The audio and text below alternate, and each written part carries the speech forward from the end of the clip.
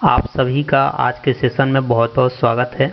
और वही बात, यदि आप इस सीरीज़ से जुड़े हुए हैं तो आपको पता है, बाकी जो लोग नए हैं उनके लिए ये ज़रूरी है सूचित करना कि हम लोग इस सीरीज़ में प्रश्नों को सॉल्व नहीं बल्कि ऑप्शन को सेलेक्ट करने की तरफ अग्रसर हैं। और ये सिलेक्शन कैसे हो रहा है ऑप्शनों का, इसके लिए हम क्वेश्चन में आए हुए जो लूप होल्स हैं, जो कमज़ोर कड़ियाँ हैं, और ऑप्शन को इन्वेस्टिगेट करके, ऑप्शन को यूटिलाइज करके हम लोग सही ऑप्शन तक पहुंचने की कोशिश कर रहे हैं। और अपने कुछ बेसिक कंसेप्ट का भी इस्तेमाल करने की ज़रूरत हमें पड़ रही है।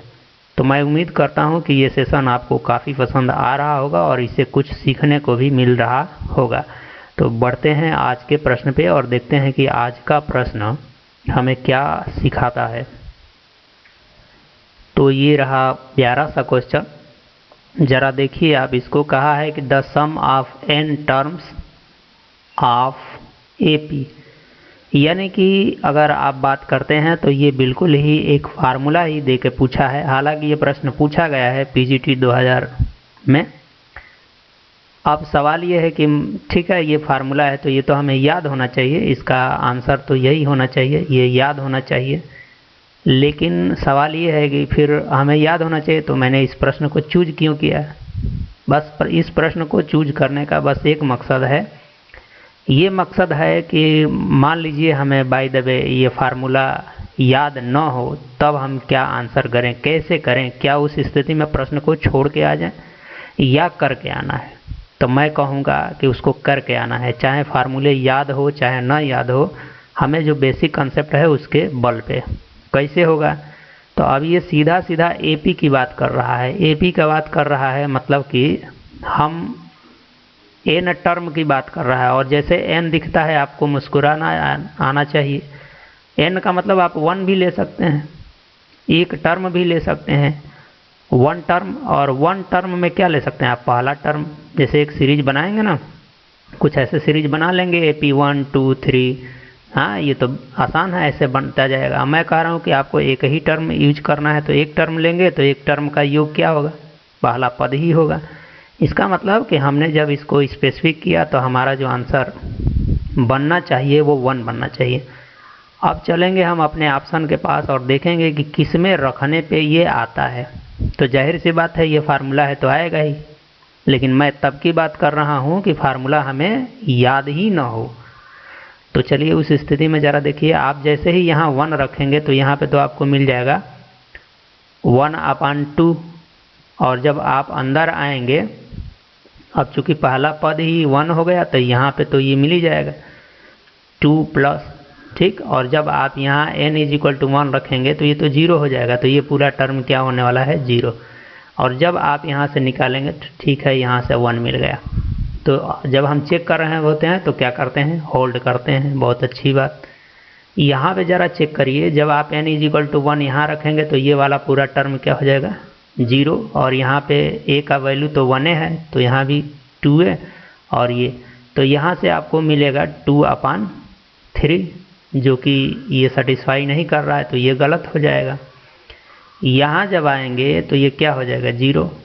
और यहाँ पे 2 और n का मान 1 रखेंगे। तो जब ऐसा करेंगे तो यहाँ से आपको 2 मिलने वाला है, तो ये भी नहीं आ रहा है। अब यहाँ पे सावधानी ये बरतनी है कि एक ऑप्शन ये भी दिया है कि नन ऑफ दीज, क्या पता इसमें से भी कुछ हो जाए।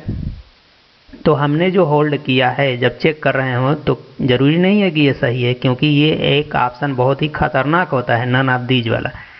तो अब हम थोड़ा सा अपने आप को ये श्योर करने के लिए कि हमने जो होल्ड किया है उसकी संभावना को और ज़्यादा बढ़ाने के लिए हम क्या कर सकते हैं कि हम यहाँ पे टर्म को 2 मान लेंगे।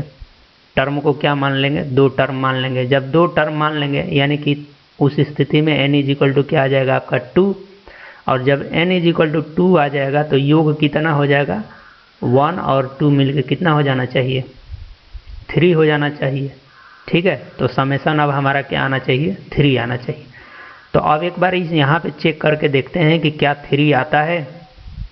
n इज इक्वल टू जब आप यहाँ पे 2 रखेंगे तो 2/2 ये तो कट के 1 हो जाएगा। और यहाँ पे जब आप आएंगे तो क्या मिलेगा आपको, एक जगह पे 1 रखेंगे तो ठीक है, यहाँ से आपको 2 मिल गया, और प्लस यहाँ 2 रखेंगे तो 1 घटेगा तो यहाँ से आपको 1 मिल जाएगा। और सर्वांतर अगर आप इस सीरीज का देख रहे हैं तो क्या है, 1 है, तो यहाँ पे मिल गया 2 + 1, यानी कि क्या मिल गया, 3। इसका मतलब ये है कि ये इसके लिए भी सही है। तो अब हम श्योरिटी के साथ यहाँ पे बढ़ सकते हैं और कहेंगे कि जो हमने होल्ड किया है यही ऑप्शन सही है। हालांकि इसमें भी आप पूर्णतया श्योर नहीं हैं अभी, बात समझिएगा कि इसमें भी आपको 2% चांसेस ऐसे हैं कि ये हो सकता है कि नन ऑफ दीज भी सही हो जाए, ठीक है। लेकिन थोड़ा सा अपने आप को हमें मजबूत करके इस ऑप्शन को लगाना पड़ेगा, ठीक। तो ऑप्शन चेकिंग में ये एक थोड़ा सा रिस्क लेना पड़ता है। बाकी तो जैसे जैसे हमारी ऑप्शन चेकिंग की स्किल बढ़ती जाएगी तो हमें समझ में आ जाएगा कि कहाँ ज़्यादा रिस्क है और कहाँ ज़्यादा रिस्क नहीं है, ठीक है। तो मेरे साथ अब तक बने रहने के लिए आप सभी को बहुत बहुत धन्यवाद। मिलते हैं अगले किसी सेशन में, धन्यवाद।